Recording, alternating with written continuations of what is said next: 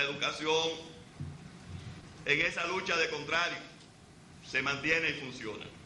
La educación ha cumplido desde el principio del tiempo una admirable misión: ayudar en el desarrollo intelectual y personal de los individuos, preparándolos para la sociedad en la cual les toca vivir, independiente de la época. De los viejos tiempos en que el asalto de la burguesía al poder pasó a manos del Estado, la escuela, desde antes de ese tiempo ya la escuela asumía su misión: ayudar en el desarrollo intelectual y personal de los individuos, pero preparándola para la sociedad en que les ha tocado vivir. Insistíamos entonces, toda la visión de la ley tenemos que visualizarla desde la lucha de la globalización. En su vertiente económica, y respetando un artículo muy interesante que apareció ayer en el Hoy, sobre el hecho de que las transnacionales manejan los gobiernos en América Latina, muy interesante el proceso, que no es noticia, es algo muy viejo conocido. En su vertiente económica, la mundialización, globalización es el cambio de un régimen de economías nacionales bien definidos a una economía planetaria. En la actual aldea mundial se ha internacionalizado la producción de bienes y el dinero cruza la frontera de forma libre e instantánea. Es prácticamente el comercio sin barreras geográficas. Alguien me recordaba que hace mucho tiempo era mucho más fácil, no era necesario pedir visa. Podemos cruzar de un lugar a otro sin pedir permiso, simplemente cruzar. Y en la vieja Europa solamente pagar una gabela al comercio.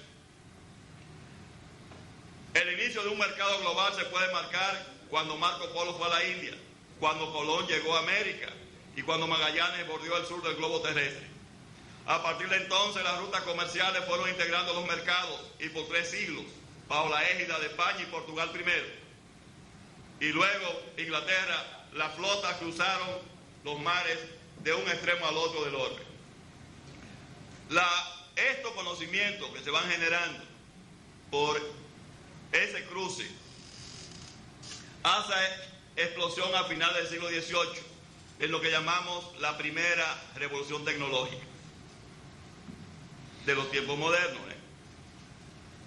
Recuérdense que si hablamos de revolución tecnológica anteriormente teníamos que hablar desde el fuego hasta la punta de flecha. Son avances terribles, enormes. Este conjunto de inventos impactaría los sistemas productivos y ya a mediados del siglo XIX generaría tasas de crecimiento y cambios en los estilos de vida y de producción hasta entonces desconocidos por el hombre. Hasta entonces desconocidos por el hombre. Fíjense, me encanta, nosotros vamos tan rápido que a veces nos olvidamos de que el otro día apenas estábamos muchos de nosotros usando agua de tinaja y ahora nos encontramos que si no tenemos un celular no podemos vivir en este medio. Hace tiempo veíamos la semana aniversaria en el pueblo con apenas un solo televisor. Ahora en casa necesitamos tener 3 por lo menos, a colores, con control remoto y de los grandotes y pantalla plana. Los cambios van. Una segunda revolución tecnológica aparece hacia 1900, con un conjunto de inventos como el teléfono, el telégrafo, la electricidad, algunos productos químicos que van a impactar nueva y masivamente una década después sobre la producción, incrementando la tasa de crecimiento y modificando otra vez los estilos de vida. Toda la innovación, todos los inventos van modificando nuestro estilo de vida, nuestra forma de divertirnos, nuestra forma de trabajar, nuestra forma de pensar. La tercera revolución tecnológica se inicia unos 60 años después, hacia 1990. Fíjense cómo vamos rápido, ¿no? La tercera, 60 años después. Tuvimos 300 años para la primera, 100 años para la segunda, 60 años para la tercera, aquella que comienza con la carrera espacial, 1960, la famosa Laika, los Sputnik, y cómo eso impactó terriblemente el sistema norteamericano y el sistema educativo de todo el mundo. cuando entra en temor, prácticamente en terror, los norteamericanos, cuando se imaginan que si pueden mandar una perra al espacio, lo pueden mandar cualquier cohete, y nuestra escuela no está preparada, no sabemos matemáticas ni ciencia. Si ellos se fueron primero, ¿qué está pasando? Eso genera una presión enorme en el sistema educativo, tanto en Estados Unidos como en todo el mundo. Aquella que comienza con la carrera espacial, que impulsa el desarrollo de la computadora, la aeronáutica, los nuevos metales, combustible, la biotecnología, etc.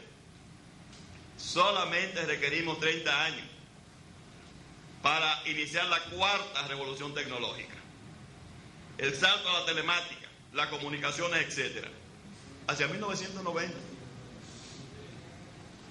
Ese aparatito viejo que dice el príncipe de la rancha fue algo del otro día. Esto llamado laptop personal, el otro día.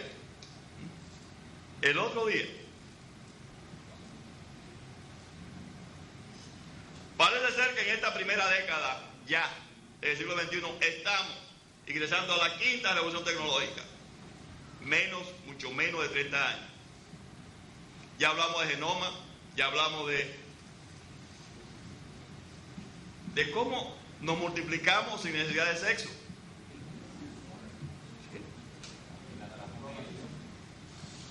Estamos ingresando a la quinta revolución tecnológica, lo que continuará impactando sobre los estilos de vida y producción.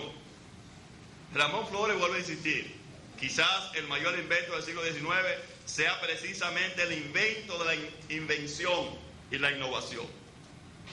Ese fue el mayor invento, la capacidad de descubrirnos, la capacidad de inventar e innovar. E insistimos entonces, ¿cómo esto va a impactar en la escuela? Una revolución tecnológica tiene repercusión en la economía y la vida en sociedad solamente cuando el conjunto de inventos e innovaciones se multiplica, se masifica y logra impactar decisivamente los sistemas de producción, los estilos de vida, de manera que genera un salto en la capacidad de producción de la sociedad. Si eso no se da, no hay problema. Pasa como cuando hablamos de motivadores. Puede haber algo, porque no me doy cuenta, no me impacta. No me impacta.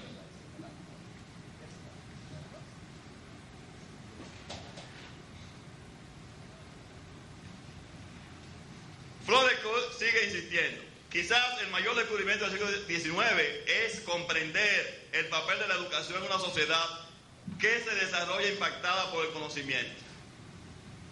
La educación es el instrumento más eficaz para formar las personas capaces de producir los nuevos inventos e innovaciones y capaces de utilizar los nuevos inventos e innovaciones. Es la educación, a través de la educación, donde la gente aprende entonces a vivir en esas nuevas invenciones.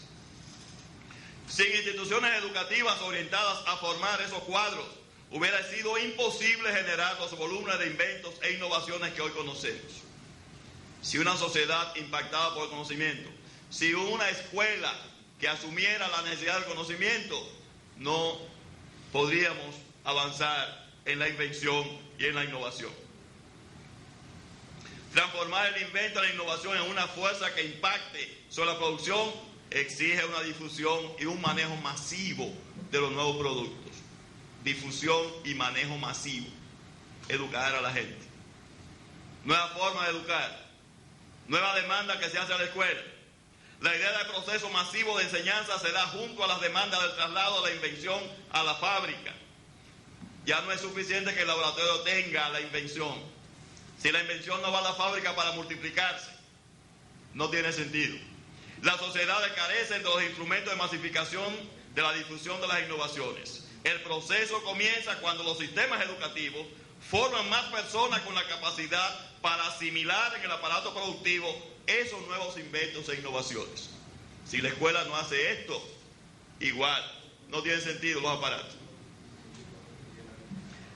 La llegada de la sociedad del conocimiento fue una consecuencia del desarrollo científico-tecnológico, especialmente en las áreas de informática, microelectrónica, optoelectrónica y las telecomunicaciones. Estoy hablando prácticamente ya de la quinta revolución. La sociedad del conocimiento está caracterizada por ser un espacio en el cual la adquisición, procesamiento, organización, almacenamiento, recuperación, utilización, monitoreo, distribución y venta de la información, conforman actividades prioritarias para la economía de los países. En eso estamos. Nos estamos dando cuenta que ya mandar mujeres a Italia o a Argentina no es suficiente para la economía dominicana. No. Necesitamos una nueva forma de traer capitales, la cabeza de la gente. Para la economía de los países que la desarrollan debido a su alto índice de generación y de valor agregado. Estamos presenciando en la actualidad una revolución tecnológica en la que se producen cambios rápidos y bruscos en la forma como la gente vive, cómo la gente trabaja, cómo la gente se divierte. Estamos metidos en una cuestión, en una vorágine. Lo estamos cambiando todo esto cada rato. Ello quiere decir que ya no es suficiente medir nuestro desarrollo en términos de nuestro propio pasado. Ya no es suficiente medir según cómo estaba mi abuela, según como mi tío, según mi época del Cherry Mark o del abuelito Cantarín. Ahora tenemos que evaluarlo en términos de las demandas globales de una tecnología a la cual tenemos acceso y de los sistemas educativos de unas naciones con las cuales competimos o a cuyas comunidades educativas y culturales estamos integrados. El grueso de artículos que ustedes han estado analizando durante mucho tiempo, nos estamos comparando con Centroamérica, con Sudamérica. Nos estamos quedando atrás, la cuestión de educación, todo esto, nuestras estadísticas, lo que doña Clara Joa produce, tiene que compararse con la situación de América Latina en sentido general.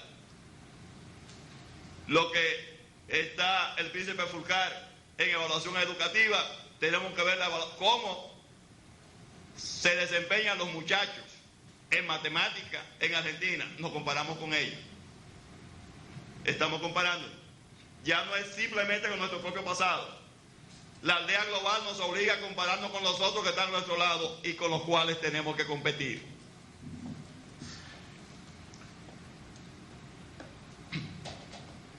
Bien, toda esta cuestión de cómo medimos nuestro desarrollo, déjenme saltar.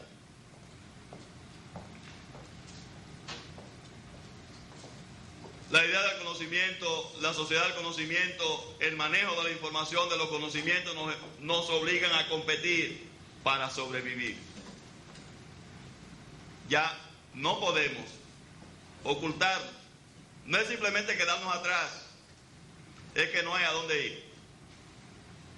La adecuada comprensión del fenómeno de cambio educativo en marcha en América Latina solo se puede realizar en un marco analítico que conecte lo educativo con las macro transformaciones sociales, políticas y económicas.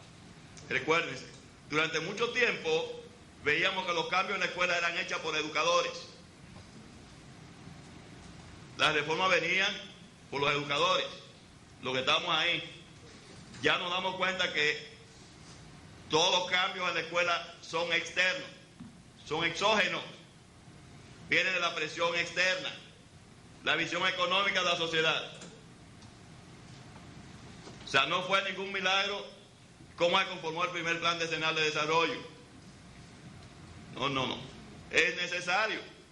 Los industriales, los comerciantes están preocupados por nuestra capacidad para competir. Por lo tanto, todo el mundo vira hacia la escuela. La necesidad de que la escuela forme lo que el país necesita. El cambio en la escuela entonces está ligado a las transformaciones macroeconómicas, sociales y políticas del país.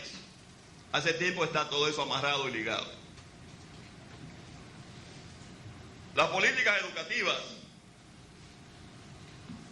tendríamos que verlas en América Latina, ahora en América Latina, la visión de la lucha de dos corrientes.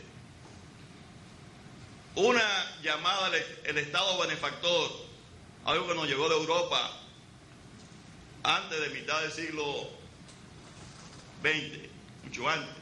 La idea de un Estado fuerte que protege, que asume realmente el papel del Estado, de buscar el bienestar colectivo y que asume la atención de todos los programas sociales. un Estado benefactor con principios de universalidad y gratuidad. Lo vimos realmente desde aquel viejo comienzo, antes de ese viejo comienzo masivo de construcción de palacios escolares hacia 1950, 50 hasta el 55. Fuimos mirando la transformación de la vieja ley que ustedes estuvieron analizando, la 2909, de cómo se insistía realmente, aunque tuvimos de principio escuela pública y gratuita, es la idea de cómo se masifica, por lo menos a todas las zonas urbanas.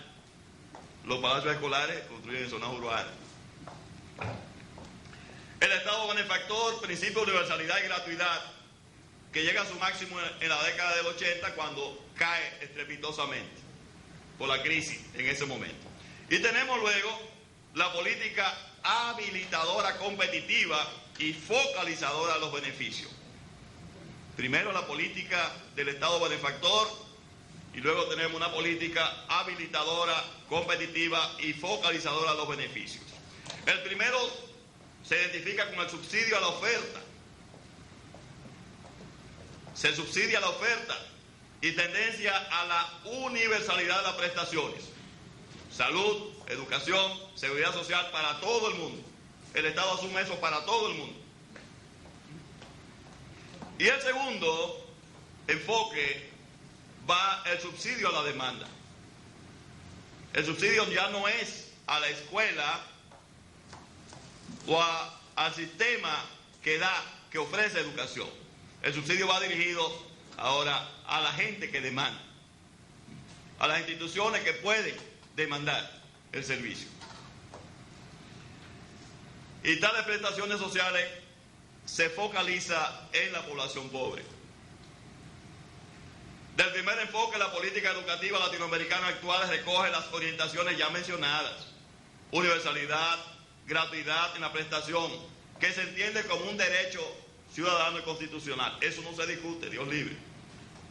Todos tenemos derecho a salud, a educación y a seguridad. Eso no se discute. Esta política del sistema educativo se caracteriza por los principios de gratuidad, universalidad y centralización, homogeneidad. Recuérdense que va ligada también a una visión muy interesante de nacionalismo. O sea, igual para todos.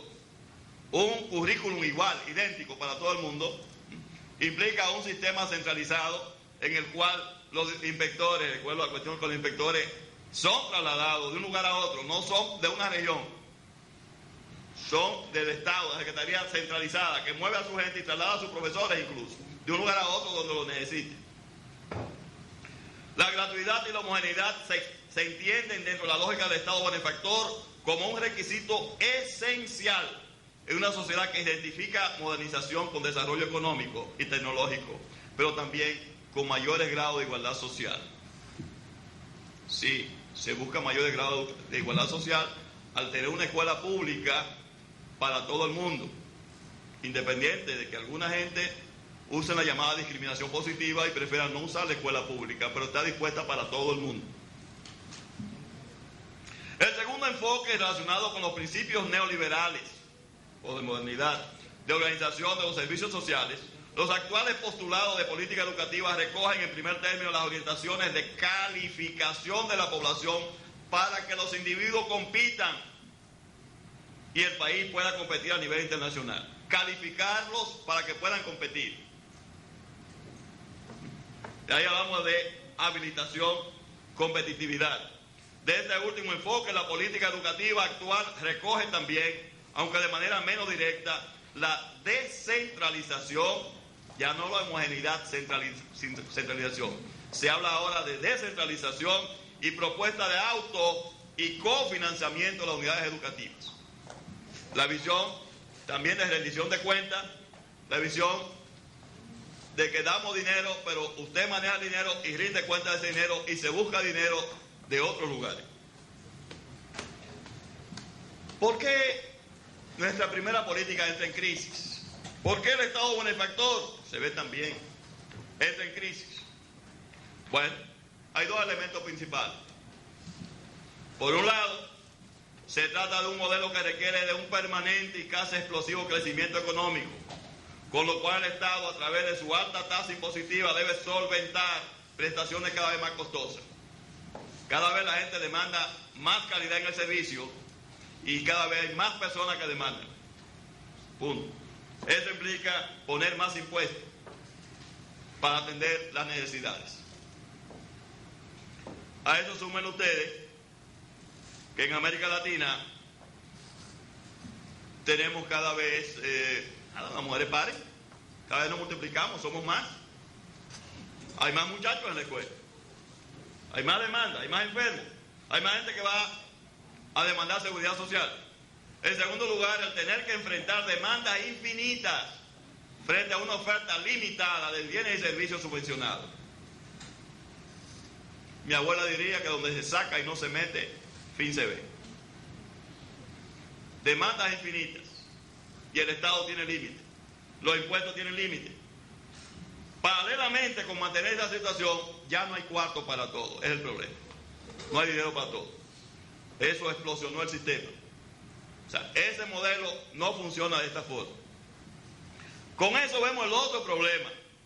Mantener el ideario de acceso universal a los servicios sociales, sumado a la crisis económica, en particular esa que explosionó en los 80, en la región agravó la situación descrita, lo que se manifestó en concreto en descenso de la calidad de los servicios sociales producidos y ofrecidos por el Estado. Desde ese día hasta nuestros santos días, por ejemplo, para una cuestión simple, lo que el maestro ganaba en el 73 jamás ha vuelto a ganar. Lo que podía comprar con eso. No ha habido forma. Ustedes recordarán la crisis de los 80, la falta de azúcar, la falta de gasolina, y cómo la escuela también cayó, y entramos en el proceso llamado de cualquierismo, donde no aparecía quién se enganchara maestro. Había que buscar a cualquiera. Por otra parte, la educación en tanto política de Estado es una demanda permanente de diferentes grupos sociales, siempre. Pero la historia muestra que los más beneficiados, sobre todo en lo que a educación media y superior se refiere, fueron los grupos medios y altos de la sociedad, que conquistaron y reafirmaron antes que el resto de la sociedad tal posición a través de la adquisición de capital cultural y de certificaciones. Aun cuando la Universidad Autónoma se hizo pública y gratuita para todo el mundo, no fueron los pobres los que fueron a ellos, y todavía los pobres no van a ella. Los más pobres no llegan, no pueden llegar, los expulsamos antes de la escuela. Más bien, la educación sumada a las restantes políticas sociales del Estado benefactor ayudó a formar y consolidar una clase media, pero sin alterar sustancialmente los circuitos de poder de las clases superiores. El rico siguió siendo rico y más rico, y la marginalidad de los más pobres, más pobres. O sea, la escuela, con escuela pública y gratuita para todo el mundo, no funcionó realmente para los más pobres. Había otras cosas que había que ver.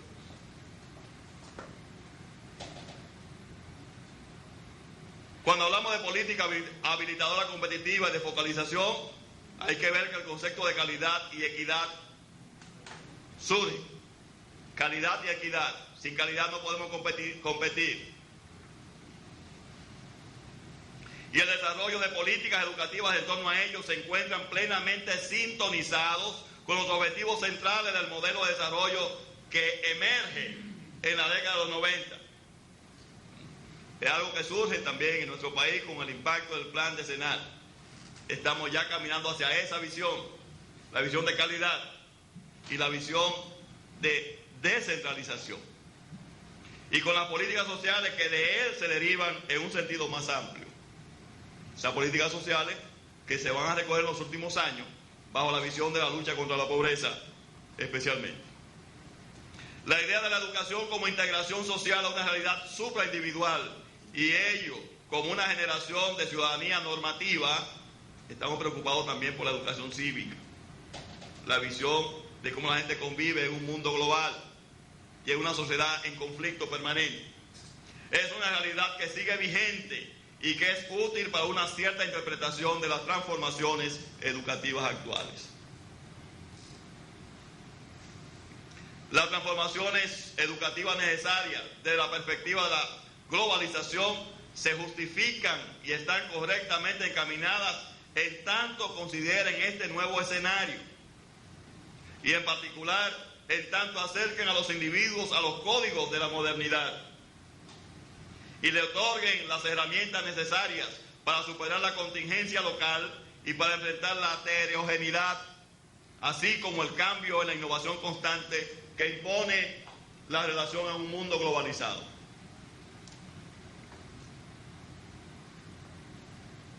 Ustedes están demasiado tranquilos, están sospechosos. O hablo muy rápido, no me entienden nada. Lo tengo apantallado con la bocota que tengo. En lo que tú te tomes el agua se puede hacer un comentario. Hágalo.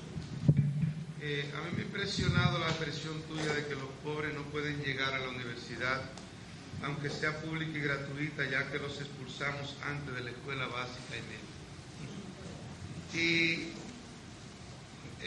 yo, como es natural, tengo mi visión también de carácter ético.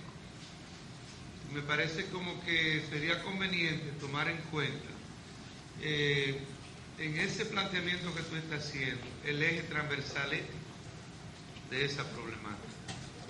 Llámese ética política, llámese ética económica, llámese ética social, llámese ética educativa. De procedimiento. Sí. De procedimiento. Déjame terminar un poco porque más adelante tocaré ese tipo de cuestiones. Exacto. Pero es muy importante que recordemos cuál es el problema realmente, que tenemos que saltar a la focalización en lo más pobre. ¿Por qué buscamos el concepto de equidad? Anteriormente teníamos solamente el concepto de igualdad. Vamos al concepto de equidad y focalizar en los más pobres. La ley 7697 simboliza la batalla entre dos paradigmas de política educativa, la lucha entre lo nuevo y lo viejo. La tradición, que me dijo que no mencionara eso, entre la tradición y la innovación. Estamos entre los dos paradigmas, el Estado benefactor y la visión de focalización, la visión de la centralidad y la visión de la descentralización. La ley tiene ciertas dificultades. En primer término, hubo algo que socorremos, lo tenemos como una palabra bendita, el consenso. Pero a veces, el consenso se convierte en una palabra maldita. Construimos consenso solamente los que están de acuerdo conmigo sobre lo que yo traje. Yo me pasé la noche entera produciendo esto y no admito que venga nadie a cuestionarme lo que yo me pasé la noche entera trabajando. Y muchas veces para llegar a consenso entonces cada uno pone su partecita y cada uno se siente representado y construimos algo sobre lo que estamos representados. Algo viejísimo que los maestros somos expertos en eso. Cada vez que hemos hecho cambios en los currículum, agregamos más materia y más carga. No limpiamos, simplemente sumamos la otra cosa. El nuevo marco jurídico establece una nueva estructura académica o estructura administrativa. Introduce el concepto de educación no formal y permanente. No lo vieron ustedes la 2909. Esto lo introduce la ley, la nueva estructura. Incorpora los principios de la participación de la sociedad en la gestión, algo completamente nuevo. Principio de participación de la ciudadanía en la gestión educativa. No puede haberse anteriormente. Facilita la creación de estructuras administrativas descentralizadas. Claro que sí. Hablamos de juntas, hablamos de asambleas. Y damos poder. Y decimos que los maestros serán nombrados desde el distrito, desde la escuela. Decimos que cada escuela tendrá su presupuesto y hasta vamos más allá y decimos cada muchacho tendrá un costo en su cabeza. Un costo. El presupuesto se hará según la cantidad de muchachos que tenga su escuela. Eso está. establece una nueva estructura académica, aborda el tema de la calidad de la educación, algo muy importante, si quiero competir, el concepto de calidad. Aborda el tema de financiación, no se tocó ese asunto en ninguna de las leyes anteriores. En educación en el país, la primera que pone el puntito sobre el financiamiento es esta ley, salvo la ley que da autonomía a la Universidad Autónoma, que señaló el 5%, otra falacia. Todo dispuesto a ponerla y los mismos legisladores tampoco la cumplieron, nunca se ha cumplido. 5% del presupuesto nacional. Son muy buenos en eso, poner porcentajes. No sé si un día hacemos sumatoria a los porcentajes como distribuidos. Sí. Pero somos buenos en eso. Lo heredamos los españoles, el boato. La cosa bonita, grandilocuente.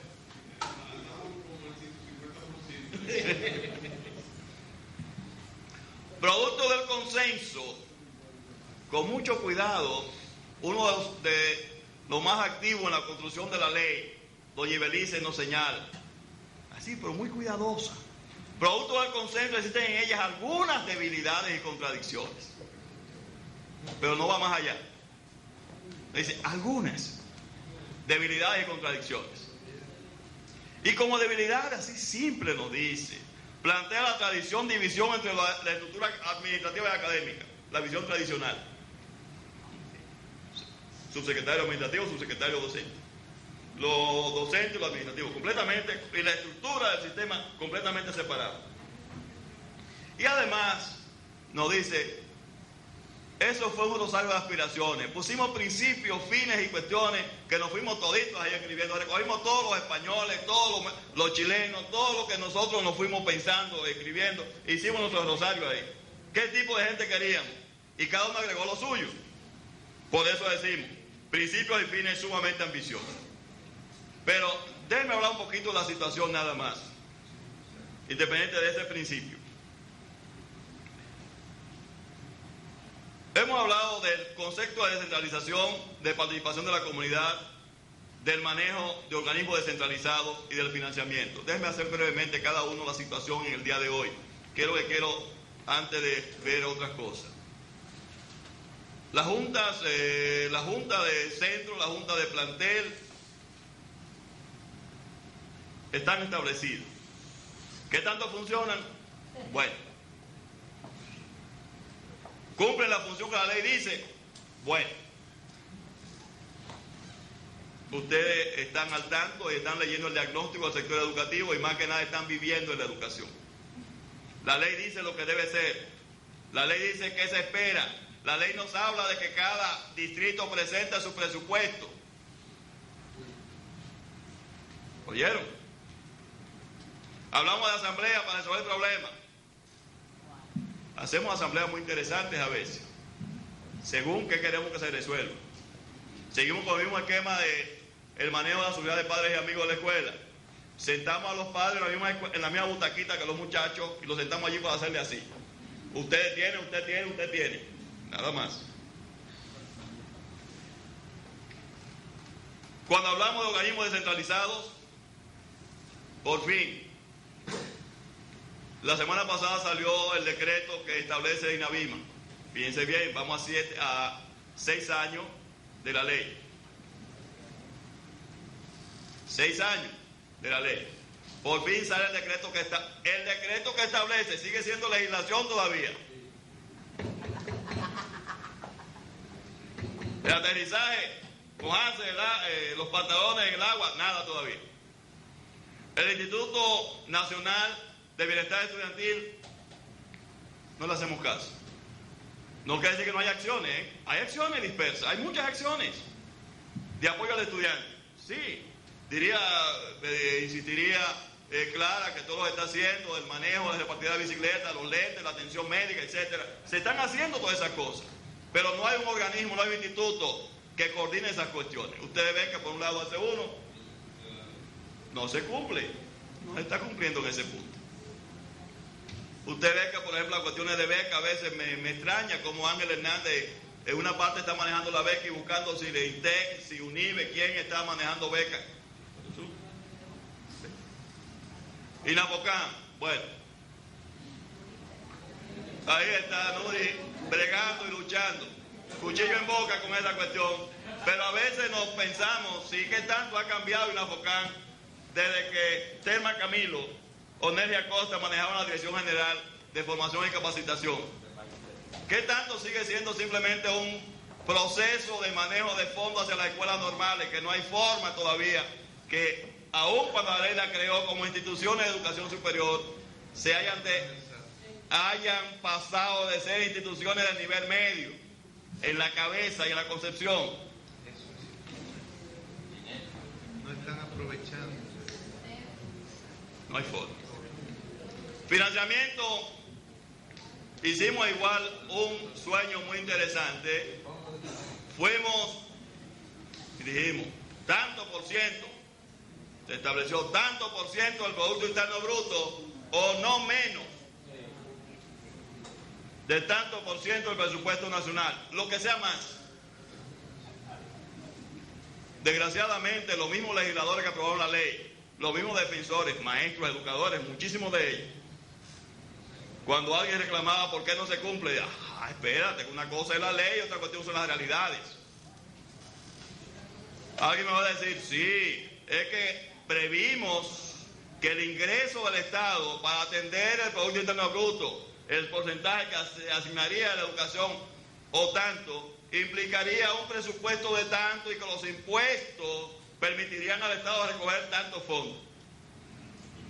Se previó, se pensó en eso, pero nadie realmente está defendiendo ese punto.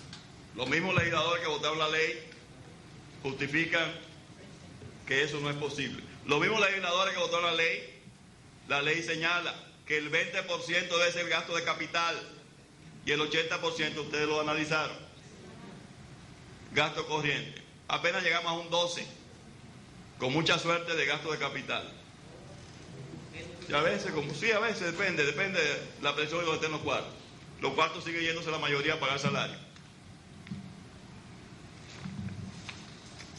Señores, en cuestiones tan simples como acceso y equidad, para ponderar esta situación es necesario tener en cuenta la baja productividad del nivel básico.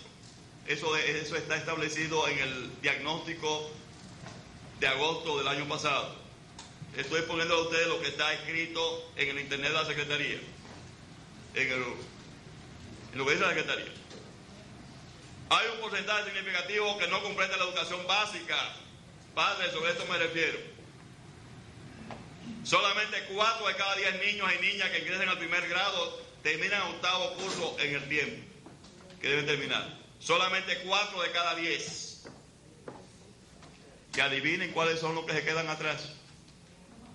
Adivinen cuáles son los que se duermen en la escuela. Adivinen cuáles son los que están en sobriedad. ¿Cuáles son los desertores? No son los hijos de Fernando Gando, Las diferencias educativas por la zona habitacional son muy significativas. El 25% más rico de la zona urbana tiene 10.4 años de educación, mientras que el 25% más pobre de la zona rural solamente tiene 3.3. Ahí está la diferencia. Las diferencias entre el 25% más pobre de la zona urbana y el 25% más rico de la zona rural no establece mucha diferencia. Quiere decir que hay una inequidad terrible entre lo urbano y lo rural. Terrible entre lo urbano y lo rural.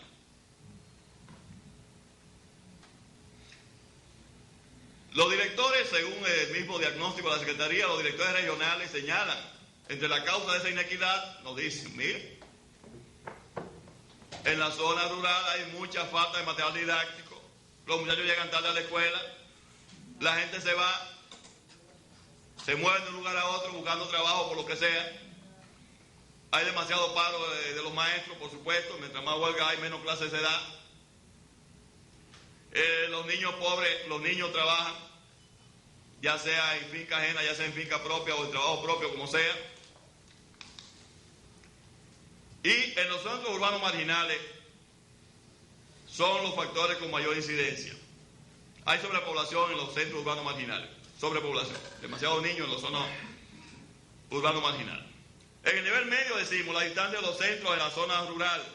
Recuérdese, el 70% de los liceos secundarios están arrimados en escuela básica. El grueso son nocturnos. Y ustedes saben, entre apagones y huelgas, ¿qué tanto podemos dar? La distancia de los centros en la zona rural, la falta de aula, los embarazos, las drogas, el mal estado de las aulas, la falta de transporte adecuado y el hecho de que la mayoría de los centros son nocturnos son los problemas que más se citan por los directores en ese llamado diagnóstico de la educación. Cuando hablamos del presupuesto, vuelvo a traer el tema del presupuesto, según el cuadrito que ustedes tienen ahí, la ley nos habla del porcentaje, pero no solamente es lo que se presupuesta, es lo que se ejecuta.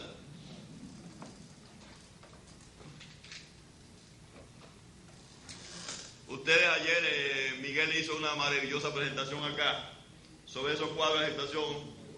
Usted es el jefe del asunto. Sobre el problema del presupuesto y el financiamiento de la educación, por lo tanto, no le quitaré mucho tiempo en eso. Al comparar el presupuesto con la ejecución, ahí lo tienen ustedes.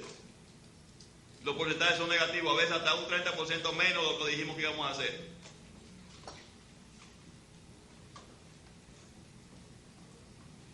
La comparación entre gasto corriente y gasto de capital, la ley dice 80-20.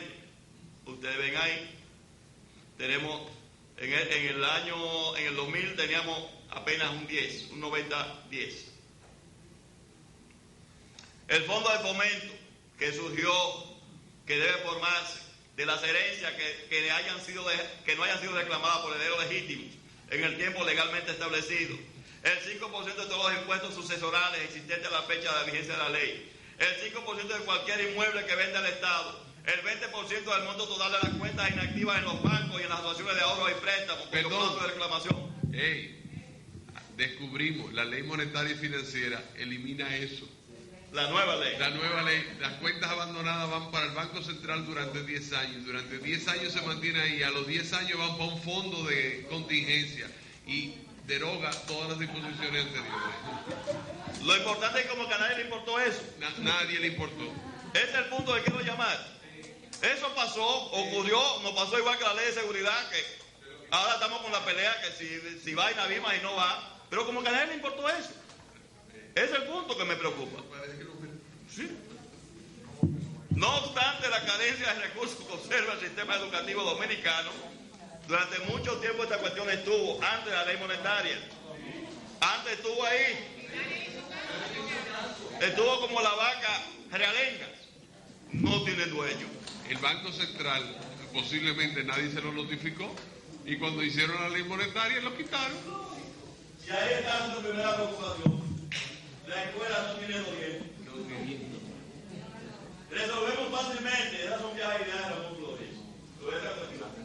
El liderazgo político, económico y social de la escuela como un problema de orden público. Nos interesa que son tranquilos. Nos interesa que no molesten. Sin embargo, el sindicato lo ve de la otra óptica. Precisamente, como a ti te molesta que yo moleste, ahí molesto. Como las huelgas, los paros, las manifestaciones te molestan, se ve como un problema político de orden, pues ahí voy. Ahí está el otro asunto. Hay poco o ninguna preocupación por los resultados de la escuela. La escuela lo usamos para mantener tranquilidad o para lograr rentas. Pero resultado, nadie está preocupado si el muchacho aprendió o no aprendió.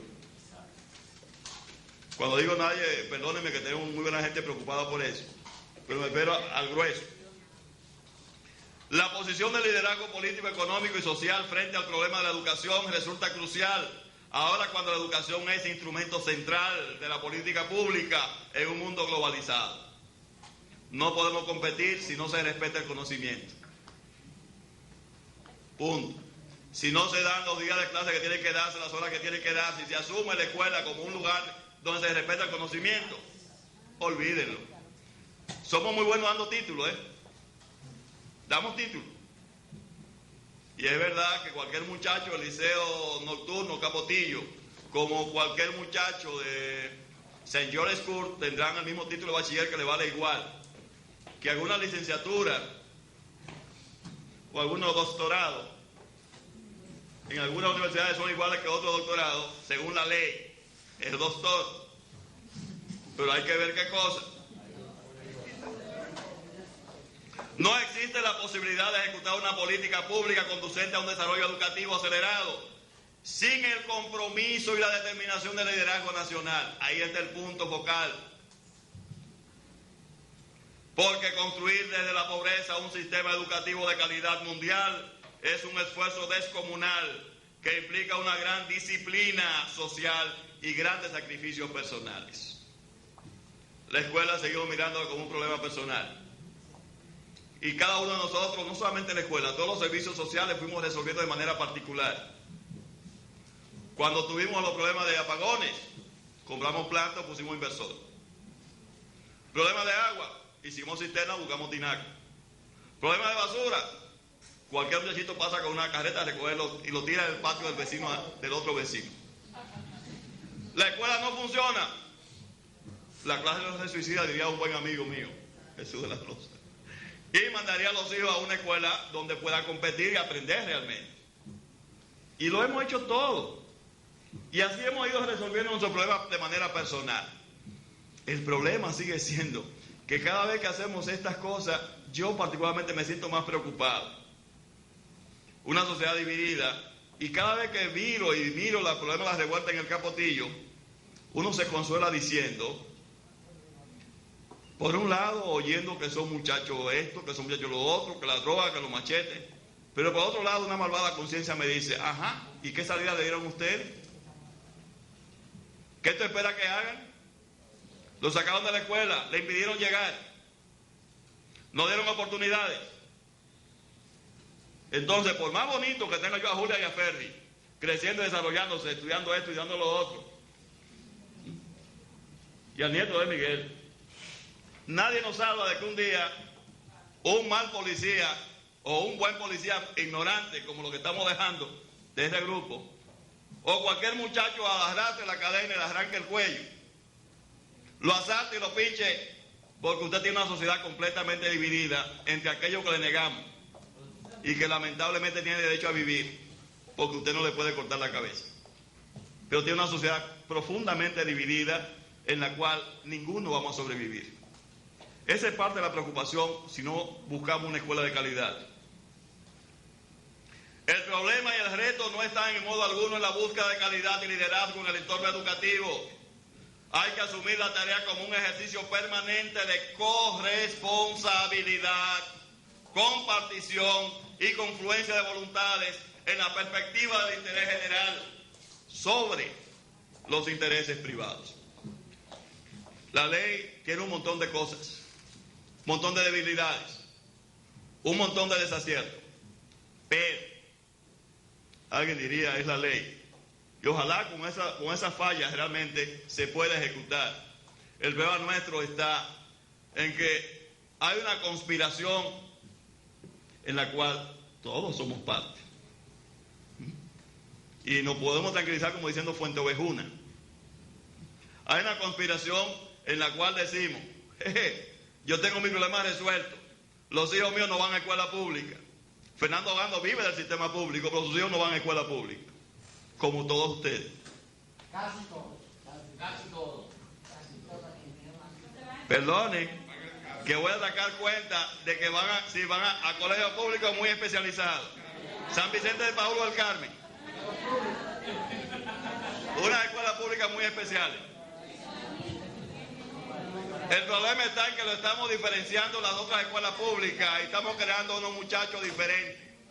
El problema está en que los más pobres no damos opciones. Y realmente los más pobres no es suficiente con que demos escuela gratis. No es suficiente que la UAS sea gratuita. No es suficiente. Se requieren otras cosas. Señores, yo me gustaría discutir mucho con ustedes.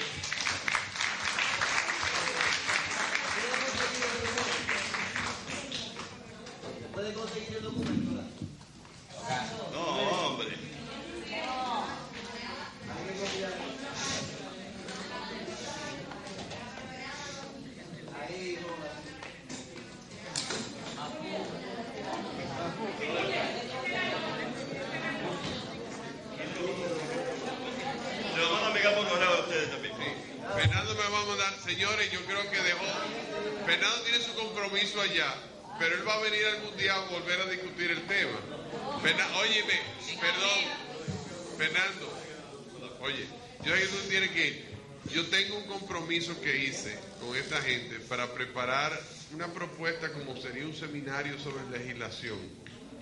Y obviamente la ponencia de Fernando es la primera, porque sitúa el marco general y yo creo que ya ahí lo comprometimos a él. Además, acuérdate que si no lo hacemos quedamos fuera del grupo de los doctores, tú sabes, porque esta gente nos va a feriar. Bien, excelente presentación, realmente.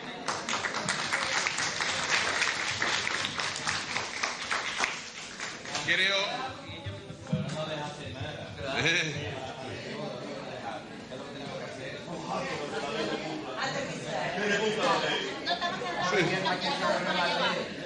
Perdón.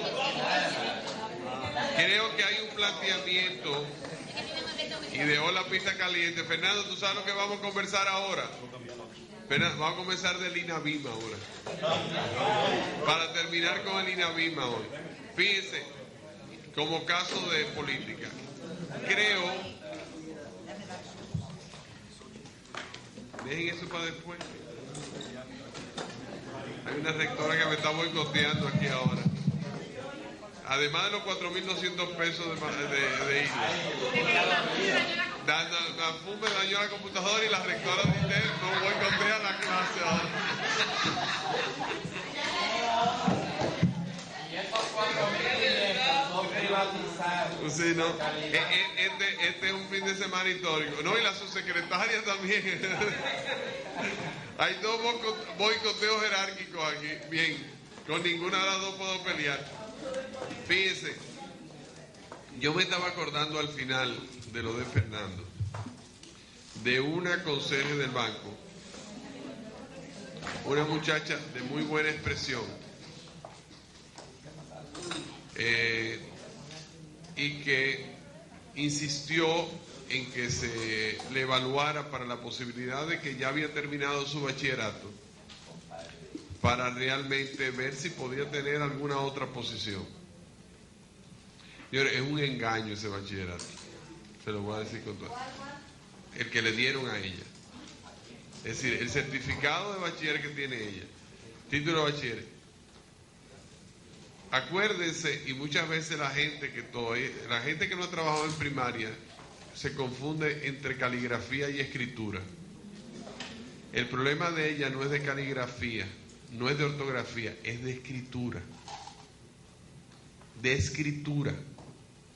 De escribir Costa Rica todo junto, por ejemplo, para ponerle un caso. Pero al mismo tiempo, y de escribir cosas como ella... es decir, es una situación, se le hizo en el departamento, le hicieron porque hay que hacérselo, ¿no?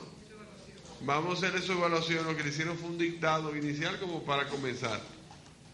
Yo quisiera poder escanear eso y presentárselo a ustedes y decir, eso es una bachiller dominicana. Realmente no es fácil la situación. Entonces, yo creo que Fernando situó el asunto, me encantó su presentación, con una introducción que nos situó en una dimensión extraeducativa para llevarnos al elemento de la ley como tal y analizar la frase de debilidades y contradicciones. Yo creo que es una frase sumamente interesante. Y para mí uno de los problemas, si nosotros vemos las tres leyes que hemos visto y la ley de INAP por otro lado también y todas esas cosas, el problema también es que falta una visión de conjunto de todo el asunto. Porque la educación básica usted no la puede ver aislado de la otra cosa y no puede verlo aislado, sino es parte de un proyecto nacional como tal. Lo que habríamos que ver es que si es que tenemos el proyecto nacional, ¿no? Que es otra historia. Porque obviamente la formación del dominicano no es más que el sustento para lograr, uno de los elementos para lograr, fundamental para lograr ese proyecto nacional. Y yo creo que definitivamente, por ahí yo creo que tenemos que, y Fernando, si se dan cuenta, hizo gala de lo que yo dije el primer día de clase, que muchos no me entendieron, de que es necesario conceptualizar. O sea, necesaria conceptualización para poder entender más allá de lo que estamos viendo.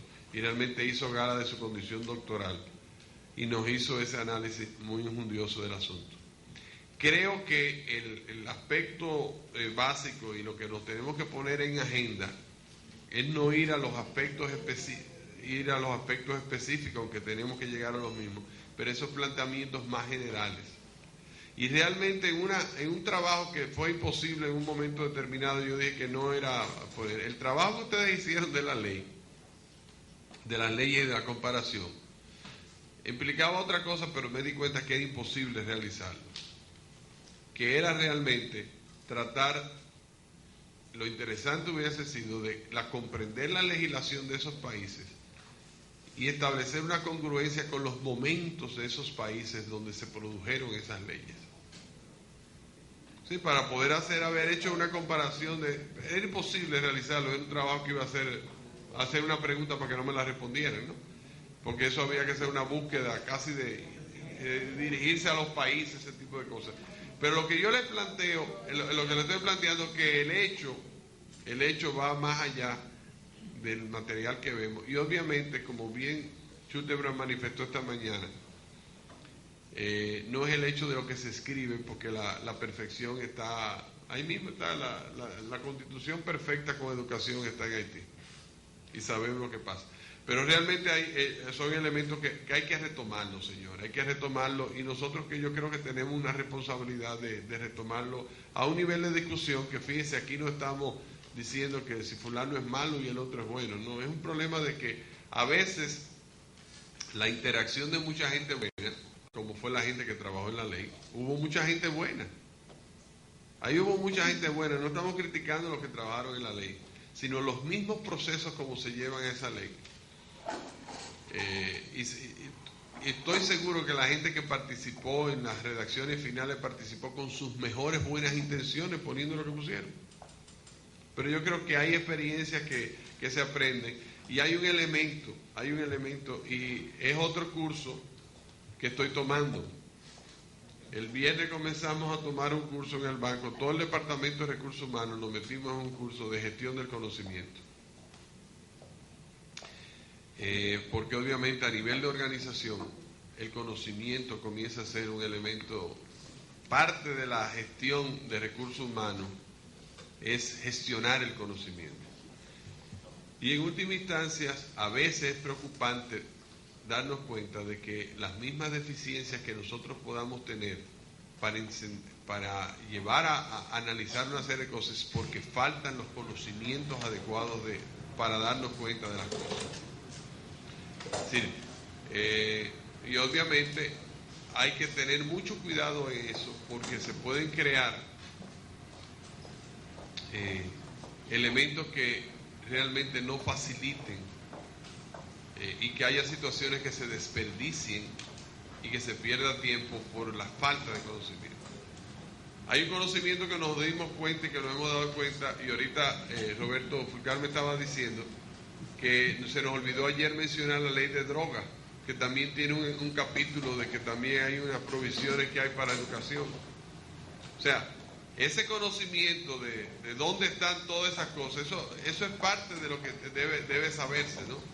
Y ese conocimiento no debe estar de la primera lección que aprendí yo en el curso de gestión del conocimiento, es tantos conocimientos tácitos que hay, que son muy peligrosos para una institución y para un país. Conocimiento tácito tiene que hacerse explícito, y se hace explícito cuando se escribe, se hace explícito cuando se comunica y se documenta. Entonces, todas estas discusiones nuestras y todos esos trabajos que ustedes han hecho, que es un conocimiento, es tácito todavía, porque aunque está explícito no está comunicado de una manera general. Por eso yo creo que lo más importante es que todas estas reflexiones y todas estas cosas se queden explícitas en un momento determinado, para que otra gente no pueda partir de cero.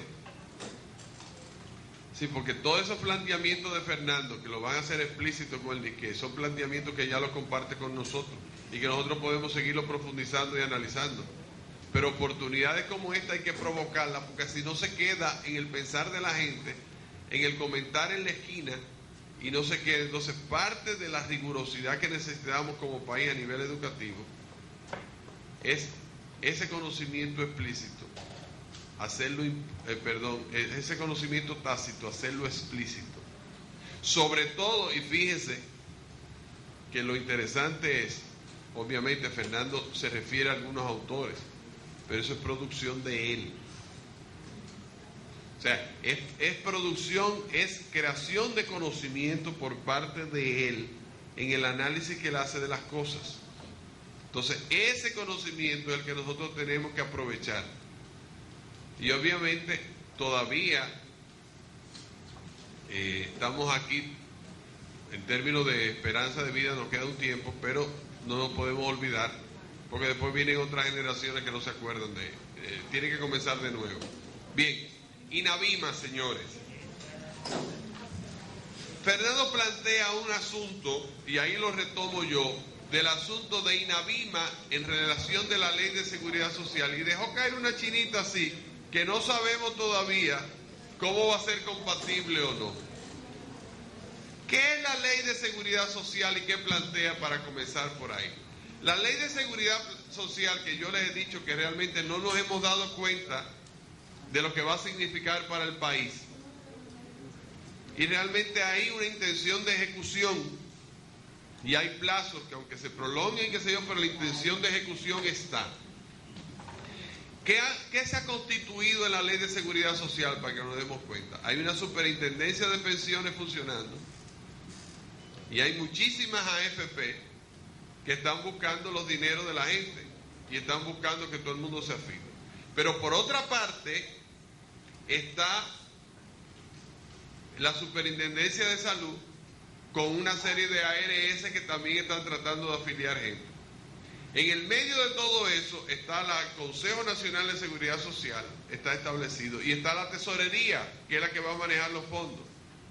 Pero hay una compañía privada que, llevándose por la ley, se constituyó con accionistas, son algunas AFP y las ARS, se llama Unipagos, que es la que va a manejar todo lo que es con tesorería, la cuestión de los pagos. Yo sé que como ARS Banco Central hemos tenido que mandarle a ellos todo el nombre de nuestros afiliados. Todos los afiliados se los hemos tenido que mandar. Y es una institución privada establecida para que esa institución privada sea la que de alguna manera tramite todo ese asunto. Ese es Unipago. En ese concierto de seguridad social, obviamente hay muchos intereses privados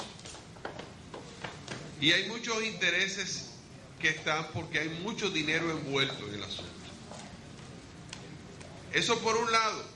Por otra parte, hay un cuerpo de empleados de educación, que estamos hablando de cuánto, de 60,000 más o menos entre pitos y flautas, que significa un cuerpo importante, que tienen dos expectativas en términos de seguridad social.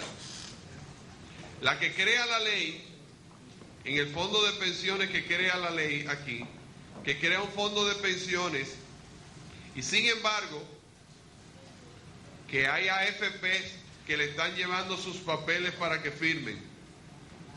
Más de una AFP han ido y posiblemente hayan obtenido firma de maestros. Óigame bien, pero si el maestro que firme como afiliarse para una AFP está diciendo que está autorizando a su empleador a descontarle mensualmente el punto 98 que corresponde este año y que ese empleador está obligado a dar el 5.22 este año, el 5.12 este año, para completar el 7% que corresponde ese año para su pensión.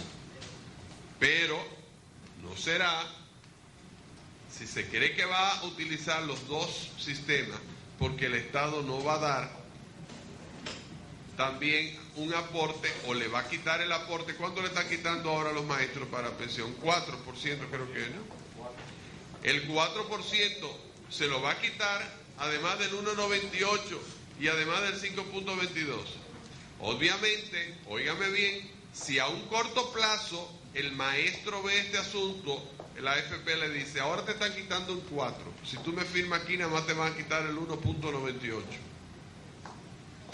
Pero está renunciando a un sistema de reparto que es el que establece la ley versus un sistema de capitalización individual que es el que maneja la AFP. En este sistema de reparto previsto en la ley, que no hay ningún estudio actuarial que lo sustente, si se hubiera hecho un estudio actuarial de esto, nadie hubiera aprobado esta ley. ¿Por qué razón? Porque el costo que tiene eso para el Estado, en términos de que lo que es jubilar a los maestros con los montos que está establecido aquí, sería imposible, en términos financieros, es imposible asumir eso. Y tan es imposible incluso que en los 7 años creo que ese fondo tampoco se le ha contribuido nada. Y la solución que hubo para salir con los que estaban en la, ¿cuánto era? En las 5 famosos 592, fue pasarlo a la ley la otra de pensiones, que es la ley de pensiones del Estado, de forma tal de decir, bueno, ustedes lo vamos a pensionar, vamos a pasarlo para allá, porque no queremos tener más gente en las 592, y de alguna forma, pero del presupuesto de educación, según tengo entendido, fue que se pasaron unos fondos en el año 2002 para cubrir eso, pero ya eso quedó en el presupuesto de finanzas del 2003 en adelante, para cubrir todas esas pensiones. Pero fíjense un elemento, estamos ante una situación de que lo mismo que decía Fernando y que habíamos comentado, una ley que se aprueba en donde no sé hasta qué punto se hizo porque no tengo el elemento, pero la ley de seguridad se aprueba y es una ley de seguridad social que tiene una serie de implicaciones y quizás en ese momento no se toma, pues, como muchas instituciones que no se han dado cuenta de las implicaciones que tiene o que tenía esa ley y no se pusieron un ojo avisor sobre sus propios planes. La ley crea el INAVIMA y rápidamente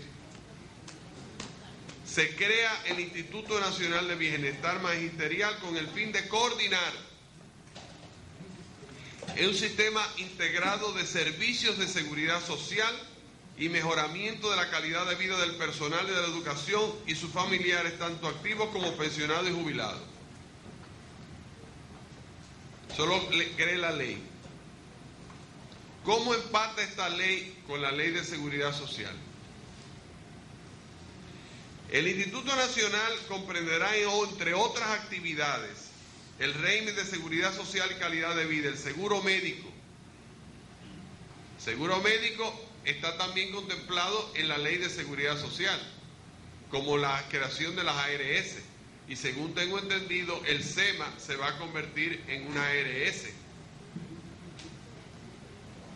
El seguro de vida, pero fíjense, el maestro que se afilie a otra ARS porque le firmen el papelito sale del SEMA. Simple y llanamente, y al SEMA le conviene que mientras más maestros, el SEMA es una de las ARS que comienza más grande. La única, yo creo que la más grande que comienza es el SEMA. Y obviamente el SEMA, los maestros deben estar, debe estar,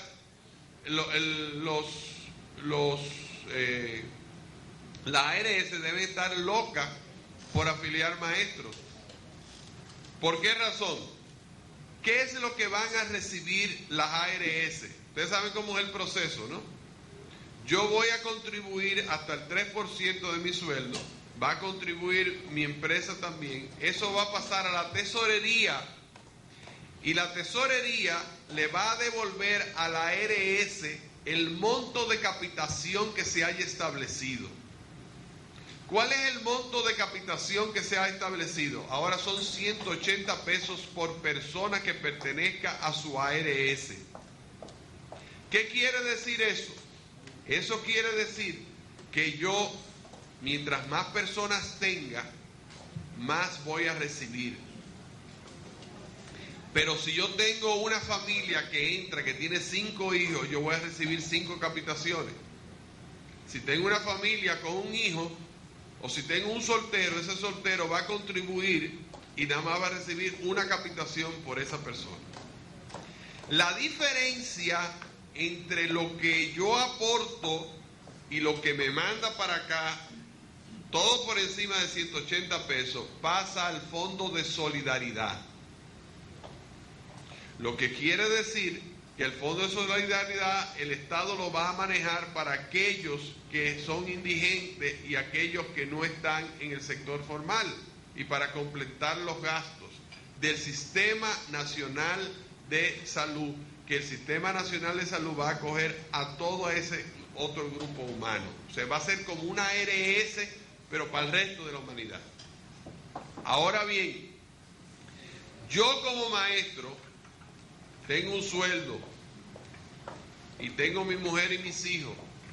A mí me descuentan y va, ¿a dónde va a ir ahora?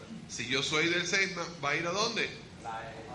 A la ARS del SESMA, que va a hacer lo que va a hacer. Si yo firmo y me voy para otro lado, ¿a quién va a ir? A la otra ARS. Mientras más gente tenga la ARS del SESMA, va a recibir más dinero mensual por capitación. Obviamente va a tener que tener más gente, pero el problema de eso es de volumen. El problema es volumen, porque una ARS, mientras más gente tiene, mayor, es decir, su rentabilidad es mayor, porque de alguna manera no todo el mundo se va a enfermar al mismo tiempo y le van a dar el plan de seguridad social. Ahora bien, por otra parte está la parte de la seguridad de lo que es de las pensiones. El INAVIMA, detalle curioso en el decreto, que más o menos repite lo mismo que hemos dicho en términos de la definición y objetivos. En los objetivos específicos establece elevar la calidad de vida del personal docente, tanto activo, pensionado y jubilado, proporcionar seguro de vida al personal docente. Sin embargo, en la parte de seguridad social está establecido, las AFP van a dar un seguro de vida. Ofrecer un plan de vivienda a los docentes, estableciendo las condiciones necesarias para adquirirla. Eso es una cosa novedosa que está fuera del esquema de seguridad social, por lo tanto es un programa especial, vamos a decir, de beneficio para los docentes. Facilitar un sistema de ahorros y préstamos, que es otra cosa aparte. Proporcionar financiamiento de bienes y servicios, o sea, quiere decir que va a prestar, el INAVIMA va a prestar. Y por otra parte, oigan lo que dice esta última frasecita: crear, fortalecer o coordinar un plan de retiro, pensiones y jubilaciones.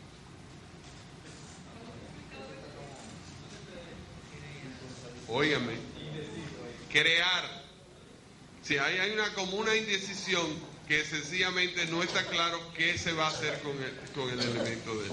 Entonces, ese aspecto, fíjense bien, tiene que integrarse con el problema de la ley. Entonces, quizás se ha dejado abierto, yo no sé si algunos de los que están aquí participaron en las discusiones, se deja abierto porque posiblemente es, o se acepta este fondo que está en la ley, que es inviable, señores. Léanse el artículo, el capítulo 2, el artículo 167 en adelante. Ese fondo no aguanta, financieramente no se aguanta, porque promete el 100% del salario final. Cuando ya usted tiene años en educación, ¿de dónde se va a sacar para pagarle a usted? El artículo 167 en adelante. ¿Perdón? No existe, nunca se creó. A ese fondo no se le ha dado ningún centavo, pero aunque se hubiese creado, si ya tú tienes 20 años en educación trabajando con no sé cuánto de edad te toca, dice que de 21 años o más le corresponde el 90% del promedio del salario de vengado en los últimos 12 meses.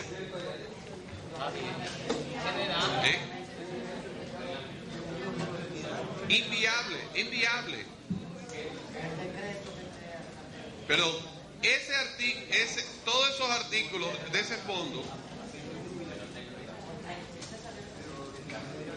por eso la solución de pasar la 592 a la ley que ya todavía estaba vigente se hizo en el momento adecuado, porque cuando entraba la seguridad social era un elemento de mucha complicación. Ahora, vamos a estar claros, porque yo veo esto con mucha cautela, en el sentido de que las expectativas sindicales están por aquí, con un elemento que es inviable. O sea, fíjense, y hay una cosa que yo creo que es importante, como un elemento de reflexión. Hablábamos ahorita de lecciones aprendidas, ¿no? Y por eso yo creo que hace falta las lecciones aprendidas. Si yo estoy haciendo una ley de educación, esa gente, cuando vaya a hablar de seguridad social o de salud, tiene que averiguar qué es lo que se está moviendo en el país en términos de eso. Porque lo que había en el país en ese momento era que los programas de jubilación en base a reparto y de beneficios definidos eran inviables, y se estaba modificando a los programas de cuentas individuales. Señores, esto es en el 97. Ya en el 97 se estaba cocinando la ley de seguridad social. Entonces, se asume y se pone en un asunto, y obviamente está en una ley. ¿Qué es lo que dice la ADP? ¿Dónde está mi Navima? ¿Y dónde está mi fondo de pensiones que están ahí? ¿Y dónde está lo que dice? No me diga que me voy a ir por el otro fondo. Dígame que ese es el que está en la ley. Y eso no está derogado, porque la ley de seguridad social tampoco la deroga. Porque es probable que el que hizo la ley de seguridad social tampoco revisó todas las demás leyes para ver cuáles leyes preveían otro sistema. Hay algunas que las mencionan, pero quizás no todas. ¿Qué pasa ahí? Fulcar, ¿qué tú me ibas a decir? Dame luz en esto.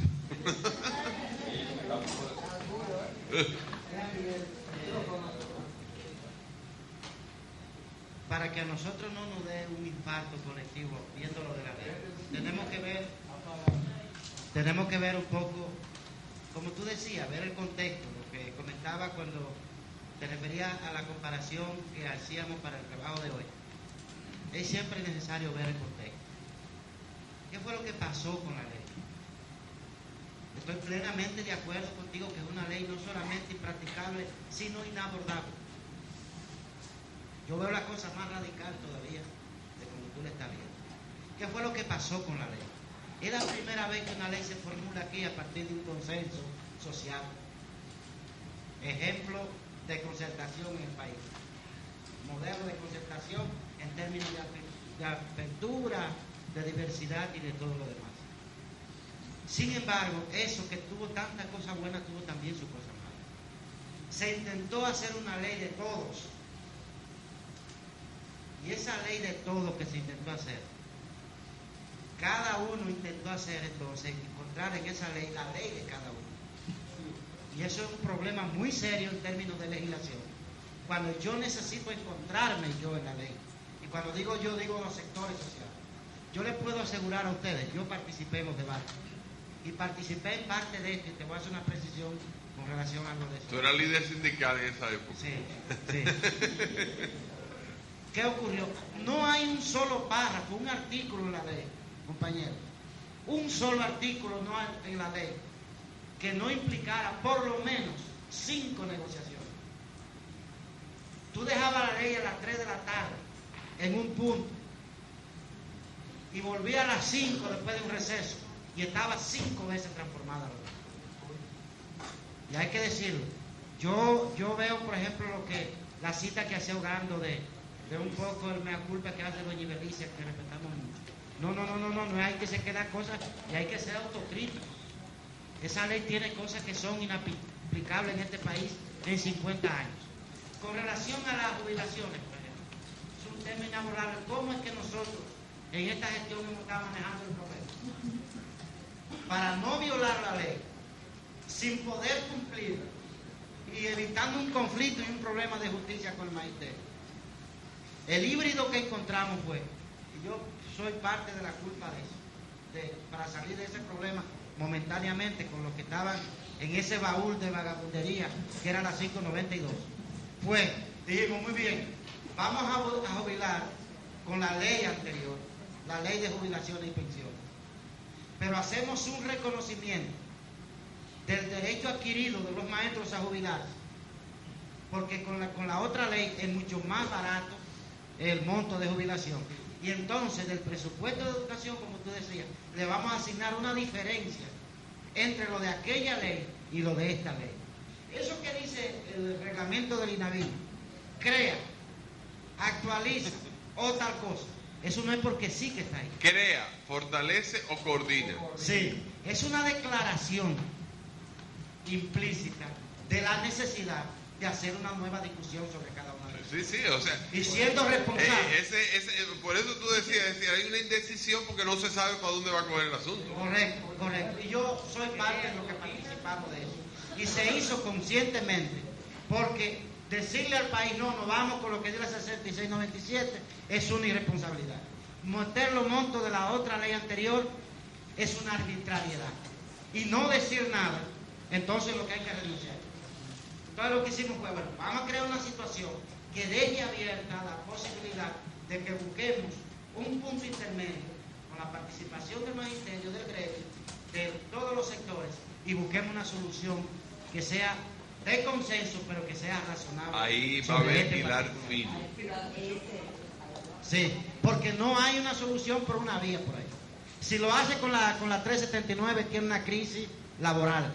Si lo hace con la 6697, está engañando. Y en eso, doña Milagro ha sido muy transparente en el sentido que ha dicho, eso es inaplicable. Sí, es inaplicable. O sea, esta ley, eso es inaplicable. Si no hay dinero, ¿de dónde se va a sacar?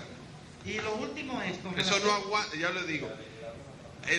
Un actuario coge todos los maestros y establece cuál es el pasivo actuarial que se tiene para fines de fondos de pensiones a partir de eso. Y los millones de chanflín todavía no nos dan para calcular eso. Con relación al INAVIMA, el INAVIMA fue concebido como una especie de paraguas con varias patas. Una pata tendría que ver directamente con salud, otra con pensiones y jubilaciones, una pata con vivienda y una pata con ahorro y servicios múltiples. Los consejos que están ahí establecidos, yo tengo también mi pecado ahí.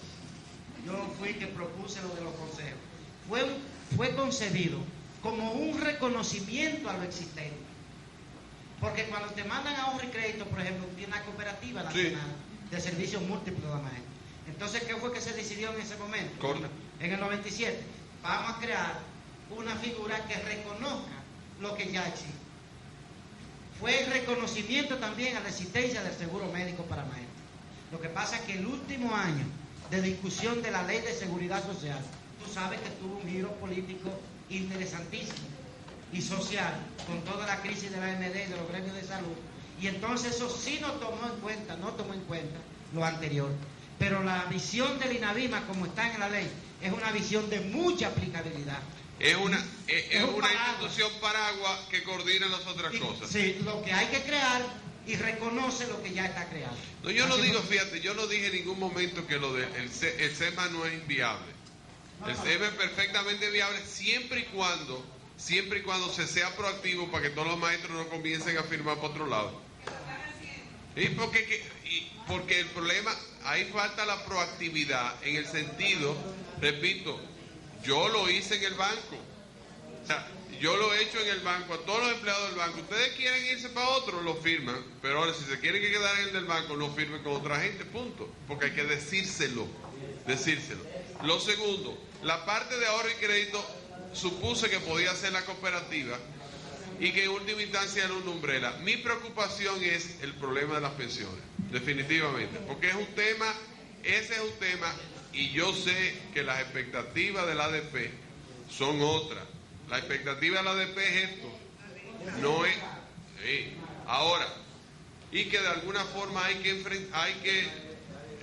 verlo, pero si usted lo sigue buscando, yo creo, fíjense bien, perdón. Ogando terminó de manera informal. Le dijimos acá, Ogando, pero no dejaste nada de la ley. Cuando el doctor Ogando terminó su exposición, le dijimos de manera informal aquí, especialmente yo le digo, Ogando, pero ¿qué pasó? No dejaste nada bueno de la ley.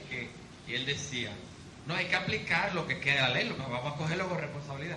Bueno, seguimos en el análisis y decimos, hay partes que ya no son aplicables. La ley envejeció muy rápido. La globalización ha sido muy rápido, se ha desarrollado muy rápido. La tecnología, los sistemas de información. Se necesita una ley más moderna, más práctica en el ámbito de educación, aunque no nos metamos ahora a un nuevo debate sobre una nueva ley. Con la separación del aspecto de la cultura, o de la Secretaría de Cultura, con estos aspectos que están tratando, se envejeció nuestra ley 7697 rápidamente. Se necesita rápidamente en el cuerpo de este liderazgo y de otras esferas plantear con claridad la reformulación de una política que lleve a una nueva ley. Ahí viene el seminario de Benito, el seminario que sugirió el padre Benito. Hay un antecedente en el seminario de Benito, si tú recuerdas. Para formular esta ley se hizo algo similar y hay 2 documentos escritos sobre las reflexiones de la legislación de la educación comparada con la de la dominicana en toda Latinoamérica. Ya vieja, es un trabajo de antecedente que está en 2 referidos. Hay que actualizarla al 2003 para ver qué pasa ahora con los nuevos planteamientos. Sí, pero fíjate, yo lo que... Entonces quiero para puntualizar, porque hay veces que es un poquito justo. El señor Fulcar usó una expresión que es clara, porque llegó a eso, la 592. Dijo ese baúl de disparate. ¿Verdad? A ese baúl de disparate al que llegamos.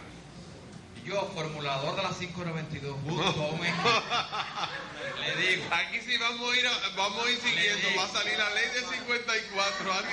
Le digo, no hubo un instrumento más justo en el momento para favorecer a la cantidad de educadores y empleados del sistema que el gobierno del doctor Balaguer lo dejaba sin pagarle su licencia prenatal, problemas de salud, etc.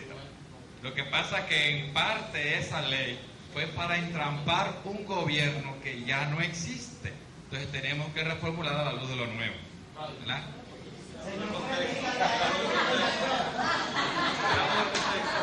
Perdón, creo que... No, pero fíjense, perdón, es interesante manifestarnos con el protagonismo, y hay una cosa con la 592 que es importante hacer notar. La 592, que aunque haya surgido con las mejores intenciones, después se desfiguró y todos lo sabemos. El problema es que ahí viene un poco, aunque no tiene que ver, que hay que hacer el análisis de riesgos de las decisiones. Yo creo que la vida, y con eso yo voy a terminar con 2 cosas que me están pidiendo ya, que están, no ya,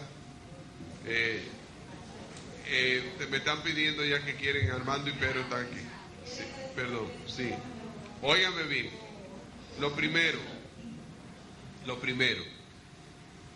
2 lecciones yo quiero sacar de estas discusiones que hemos tenido. Una cosa es el problema de que tiene que haber en la legislación definitivamente una coherencia, y cuando se dan los procesos esos demasiado abiertos y de consenso, lo que va creando es, como mencionábamos ayer de la ley de educación superior, son añadidos que entonces, para ponernos de acuerdo, aparentan después parcho, y uno dice, ¿de dónde sale esto? Y cómo esto tiene que ver con lo otro, porque pierde un poco de coherencia. Ahí hay un poco de la proactividad de los promotores de la legislación, que yo creo que quizás es un poco ideal decirlo.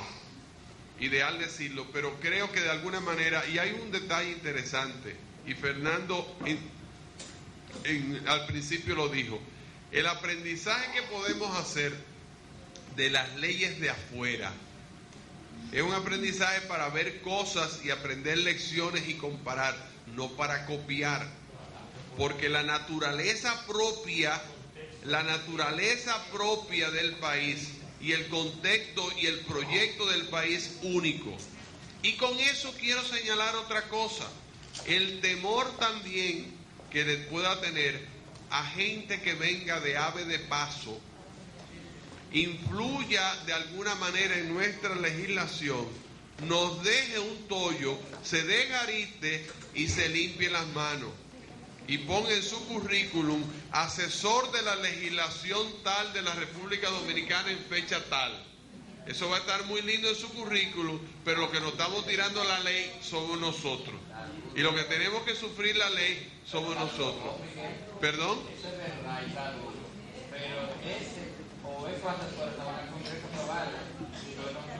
Está bien, no. Pero no, sí, pero claro, los legisladores fueron los que aprobaron, pero la pieza, esa o cualquier otra, porque igual que digo de esa, puedo decir de seguridad social o de cualquier otra, es decir, ¿por qué razón? Sobre todo hay unas cosas, y óigame bien, y yo no estoy diciendo que la única responsabilidad cae en los que pasaron, no. Estoy diciendo que es más, quiero decir una cosa, la responsabilidad cae en los que ponen un tema en agenda a veces en la legislación y no tienen las respuestas, no tienen las alternativas con qué responder, porque eso lo discutimos la vez anterior. Usted puede poner una propuesta y lo puede dar. Bien, con eso termino y yo creo que son lecciones. Yo creo que es viable. De todas maneras, a Domingo hay que decirlo, todo el mundo sabe, los legisladores no se ven. Ellos prestan su firma. Claro. Los legisladores no son especialistas. Los legisladores lo que hacen es, en un momento determinado, alguien va a cabildear una cosa y le quitan coherencia a las leyes porque le quitan una cosa y le ponen un parrafito, pero si son 2, 3, 4 parrafitos que hacen por influencia de un momento determinado de grupos de poder que van. Yo creo que el aspecto de agitación, de jubilación es viable aún como la ley lo plantea. Y yo tengo mi propuesta. ¿Tú tienes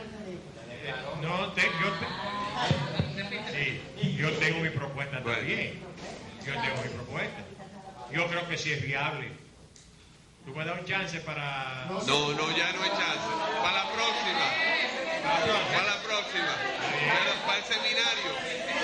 Bien, óigame bien. Perdón. No, si Mafú resuelve eso, los maestros le van a elegir un... No es que lo vaya a resolver, pero bueno, tengo mi propuesta para discutirla. La discutimos después. Perdón, 2 cosas ya, 2 punticos nada más. Primero, el examen final. El examen final va a tener y va a ser lo suficientemente claro y explicado para que usted no tenga que dárselo. A mí me hubiera gustado compartirlo, pero ya saben, he tenido las dificultades electrónicas. Va a tener una parte de la internacionalización, como yo les he dicho, y va a tener una parte también que va a tener preguntas, son preguntas abiertas, con una idea fundamental, y óigame bien de las ideas fundamentales. Yo aprendí en mi época de exámenes comprensivos, que los otros días me enteré porque me entré en el website del programa mío de Penn State, y la gente puede ir ahora con laptop a tomar sus exámenes. Los exámenes comprensivos se pueden tomar en laptop también ahora. Había un profesor que nos decía, no hay respuestas, y yo creo que se lo dije a ustedes, no hay preguntas, a las preguntas, las respuestas nunca son ni buenas, no son correctas o incorrectas, son buenas o malas. Es decir, una respuesta incorrecta, no, eso no era lo que, no. Lo bueno está en términos de que usted se focalice en la pregunta. O sea, que usted responda a lo que se le está preguntando, no que ponga a hablar de otras cosas. Y obviamente, como yo le digo, parte de lo bueno de una pregunta, de un examen final de esta naturaleza, es también hacer gala de que usted, el curso le significó de algo, en términos de haber leído, haber citado. Muchos lo hicieron magistralmente en el primer trabajo, no he visto los segundos trabajos, pero los segundos trabajos están obligados a hacer necesariamente lecturas y comparaciones, ¿no? En este ejercicio final es un ejercicio en donde yo les voy a pedir simple y llanamente una serie de preguntas abiertas, y en esas preguntas abiertas ustedes van a responder de la mejor manera que ustedes puedan en términos de su dominio del asunto. No va a ser nada complicado, y repito, no van a demostrar, nadie va a decir, esto está, yo no voy a decir, este está correcta, este está incorrecta. No, esta es una respuesta valiosa, esta es una respuesta que no es valiosa, que no tiene el valor suficiente, eso es. Y por último, para terminar, haciendo una paráfrasis del poeta, confieso que he aprendido. Muchas gracias, joven.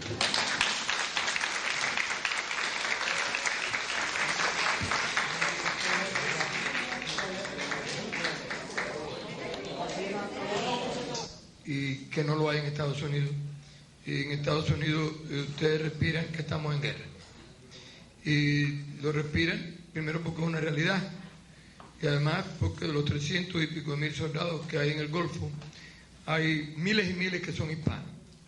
O sea, por ejemplo, en Miami, de los miles que hay, una señora que sus 3 hijos varones están en el Golfo, los únicos ustedes que tienen.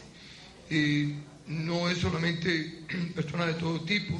Se estila mucho en Estados Unidos que ustedes en el college entren en una cosa que se llama el ROTC, que es una especie de milicia militar que cubre 2 años y luego te dan mucho dinero para estudiar el resto de tu carrera. Yo, por ejemplo, tengo un alumno que se llama Arturo Figueira, de una familia muy acomodada de Miami, su mamá abogado, etcétera, etcétera, muy bien, que se metió en el ROTC. Primero a la mamá le gustaba la idea, para que se hiciera un hombrecito, no por nada malo. Y antier fue al colegio a despedirse porque se iba para el Golfo. O sea que vaya, y así tengo alumnos de nosotros en Belén en el Golfo. Y tienen que hacer ustedes cuenta que para muchos hispanos, una de las maneras de buscar dinero para estudiar en las universidades, una de las maneras de ser los primeros en coger lo que se llama el Veteran Administration. Esto es, cuando tú eres veterano en Estados Unidos, tú tienes hospital, tú tienes unos loans, unos préstamos especiales para casas, tú tienes unos préstamos especiales para estudiar. Son muchos de nuestros jóvenes hispanos, cuando terminan high school, entran en las Fuerzas Armadas. Las Fuerzas Armadas, si tú entras, por ejemplo, en los Marines, o en el Navy, o en las Fuerzas Aéreas, y firmas por 4 años, tú sales ya con un bachelor, con una licenciatura, y con el chance de poder seguir estudiando. Muchísimos de nuestros jóvenes hispanos hacen esto. La proporción de jóvenes hispanos en esto es proporcional al grupo hispano de Estados Unidos. Por lo tanto, la mayoría de los jóvenes hispanos que hay son, en el orden siguiente, mexicanos, puertorriqueños, cubanos y dominicanos. O sea, porque ustedes sepan que hay muchas madres dominicanas que tienen sus hijos en el Golfo. Y porque yo lo he visto en el televisor, en la entrevista que han hecho los canales en Estados Unidos. O sea que no es una cosa sencilla. Y gracias a Dios parece que es mucho menos grave de lo que todos esperábamos. Esperábamos que todos estos muchachos iban a enfrentarse a más química, a más biológica, etcétera. Hasta ahora, hasta anoche, que yo estuve viendo el CNN en el hotel, parece ser que no hay nada de este tipo. Y gracias a Dios estamos un poco más tranquilos. También des en cuenta que es un país en el cual pues, algunos de estos IRBs pues no llegaban, no tenían las firmas eran originales, etcétera, etcétera. Y Pedro y yo tuvimos una reunión esta semana que pasó, en la que tuvimos que ya finalmente ventilar esto. Yo espero que nadie haya mandado el IRB sin tener la propuesta de tesis aprobada por el consejero de tesis. Yo sé que los míos todos están aprobados, yo sé que los de Pedro todos están aprobados Yo sé que los de Melina Castillo todos están aprobados. Yo sé que creo que casi todos los de Miguel Escala están aprobados, con excepción de una persona. No tengo respuesta de los de Max, ni tampoco tengo respuesta de lo que tiene la señora Herrera. La alza no tiene que ver con esto. ¿Qué? Y Ogando. O sea, espero que nadie lo haya mandado sin la aprobación del director de tesis.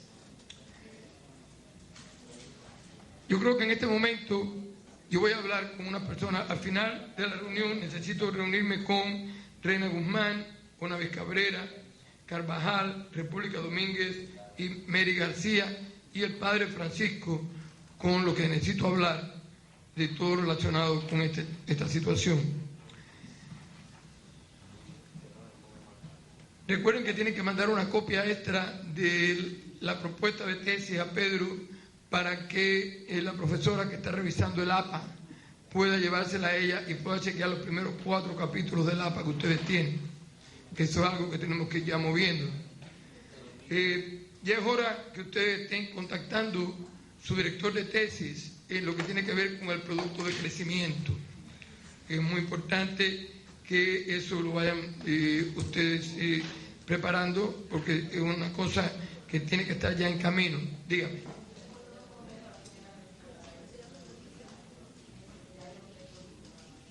Yo lo vi.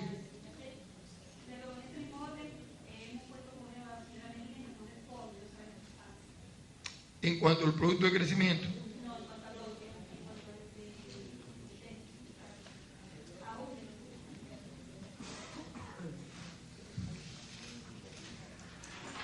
O sea, Melina, a usted no le ha respondido el práctico.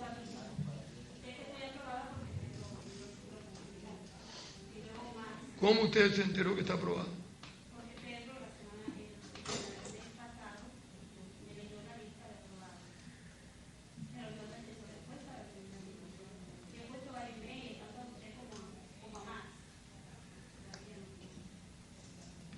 Yo no vi su email últimamente, yo vi un email suyo hace como 2 meses.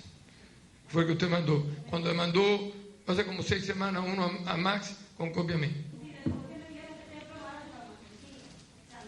Hace como 1 mes y medio.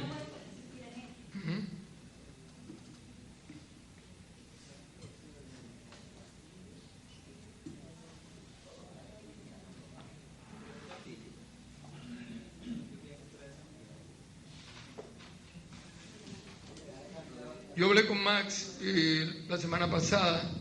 Max en abril va a Miami y en abril Max viene a Santo Domingo. Así que usted tendrá la oportunidad de hablar con él. Dígame.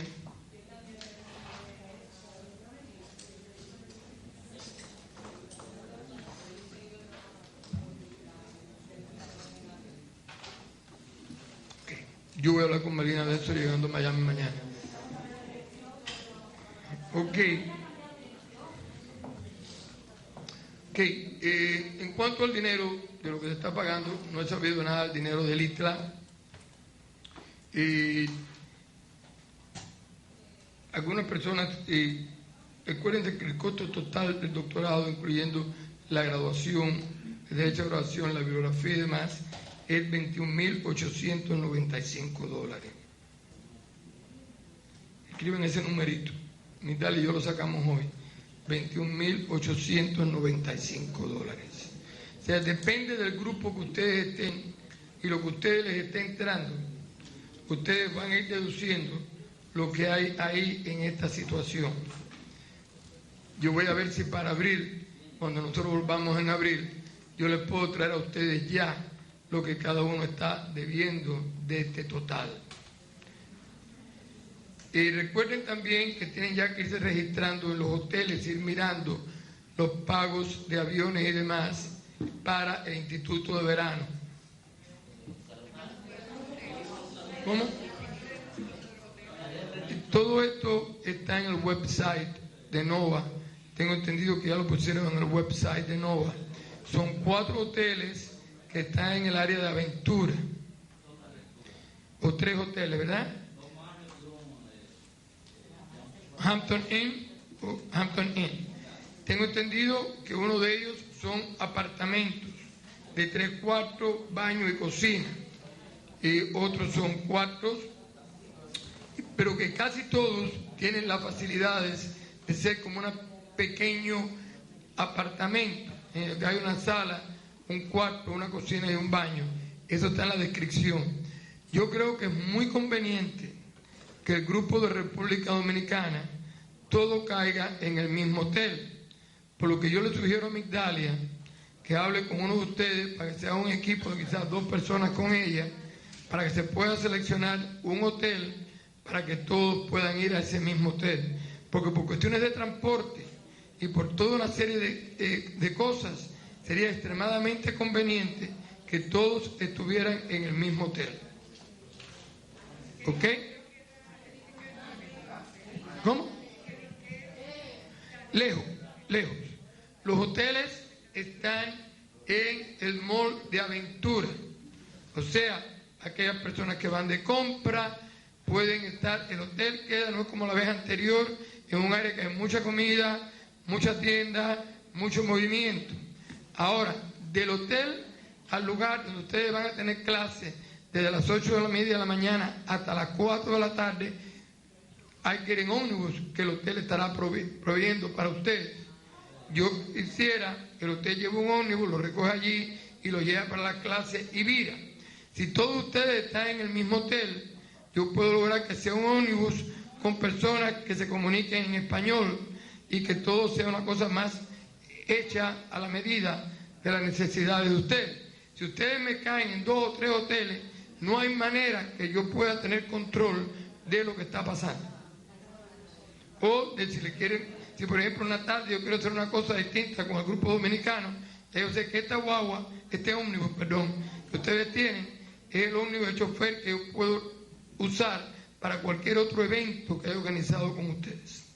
Así que yo creo que es muy conveniente que todos ustedes estén en el mismo hotel.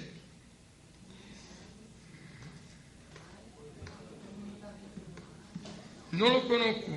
Todos los hoteles, creo que 2 de ellos son nuevos. Uno creo que no se ha inaugurado todavía. O sea que es una cosa que es muy importante.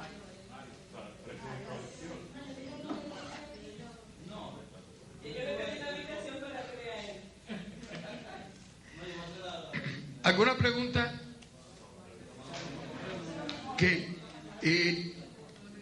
Acuérdense el total del dinero que es. O sea, todos ustedes van a tener que venir con un pago en la diferencia, o por lo menos el 95% de ustedes.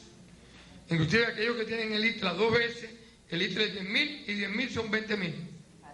Hay una diferencia. Y el ODINTEC también. Puede que se sapen a lo de la Secretaría. Lo de la Secretaría, acuérdense que la Secretaría está pagando el 90% de 33 créditos. Hay una diferencia ahí que la Secretaría no está pagando. Le digo esto para que lo planeen con tiempo, porque no vayan a pasar como estas personas que terminan un doctorado y luego por una mínima parte de dinero nunca sacan el título. Y la universidad nunca se los da. Entonces, esto no quisiera que pasara. Recuérdense que aquellos que no terminen, que creo que ya la cosa no es tan difícil, pero que no terminen cuando se termine el último semestre, tienen que seguir pagando para poderse graduar y para poder terminar. Hoy la cosa es mucho más tranquila cuando yo veo que 35 tienen aprobado su IRB form. ¿Alguna pregunta? La próxima clase de abril es un doctoral seminar. Ustedes la tienen en su calendario y tengo entendido que es un viernes en la noche y un sábado.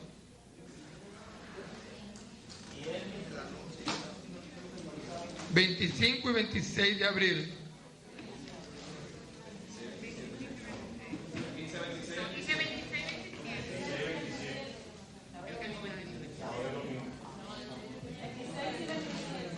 Bueno, vamos a dejarlo entonces el día 26... El 27 depende, es posible que la clase del 27, que es mediodía, se cancele. Es extremadamente importante ahí hay que hablar del... no es seguro lo que le dije el 27, probablemente se cancele, pero no es seguro. Déjenle el 26, no quiero hacer ningún cambio en este momento de calendario. Ahí se va a hablar del Reflection Ambition, que les di a ustedes el verano pasado y que tenemos que irlo preparando. Ahí se va a hablar un poquito más del producto de crecimiento, o sea, alguna pregunta de cubrir del producto de crecimiento, y ahí se va a hablar del Chapter 5, que ya hay que empezar a escribir ese Chapter 5, porque nosotros necesitamos que ustedes tengan esa tesis terminada en el verano, de manera que se pueda chequear el APA, se ponga en pasado, vaya para atrás y para adelante. Recuérdense también que aunque el director de tesis de ustedes le aprobó la propuesta, probablemente una propuesta inicial, donde esa persona esperaba que ustedes hicieran unos cambios, donde esa persona esperaba que ustedes siguieran creciendo en preparar esa propuesta. No podemos mandar una propuesta de tesis en agosto del año 2003, donde tenemos toda la bibliografía del día que mandamos la propuesta inicial. O sea, hay que agregarle más bibliografía. Acuérdense que ahora es cuando viene lo que nosotros vamos a pulir este producto de verdad para que sea una cosa enseñable, que es la tesis final de ustedes. O sea, ¿alguna otra pregunta? Después de abrir la próxima clase que ustedes tienen en la clase de recursos humanos, que ustedes la tienen en mayo y junio, y a la cual será impartida por el doctor Julio Sánchez. Las otras dos clases que ustedes tienen en septiembre, en enero, febrero, diciembre, enero y febrero, van a ser impartidas por profesores que vienen de Estados Unidos.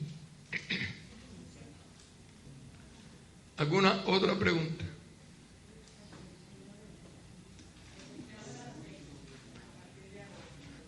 No la tengo yo tampoco. No se las puedo dar, trataré de dárselas en abril. Esas fechas no las tengo. Yo las fechas que tengo son hasta el Instituto de Verano. O sea que yo voy a tratar de irse en abril o más tarde en mayo yo les traigo ya las fechas a ustedes de los profesores que han impartido los productos. ¿Ok?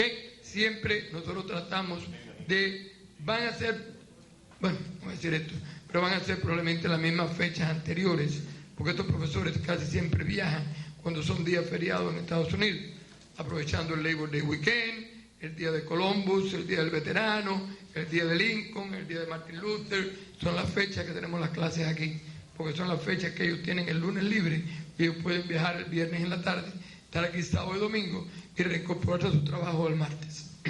Por eso ustedes ven que las fechas de ustedes son muy semejantes el primer año y el segundo año. ¿Algún otro comentario? Pregunta. Yo me voy a quedar aquí. Padre. El Instituto de Verano, la misma fecha, 8... El Instituto de Verano no ha cambiado nada. La misma fecha que les di a ustedes anteriormente, va a ser en el centro de Nova Miami Beach, etc. ¿Cómo? La fecha que les di, no tengo el calendario conmigo, lo dejé afuera. Todo va a ser, no.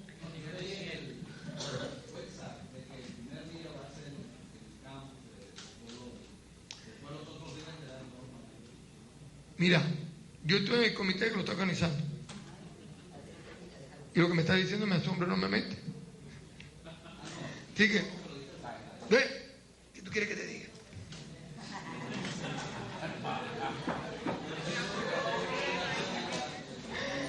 ¿Qué tú quieres que te diga en este momento? ¿Ok? Bueno, pues nada, nosotros vamos a estar por estos alrededores. Tengo una pregunta, nos vemos un momentito.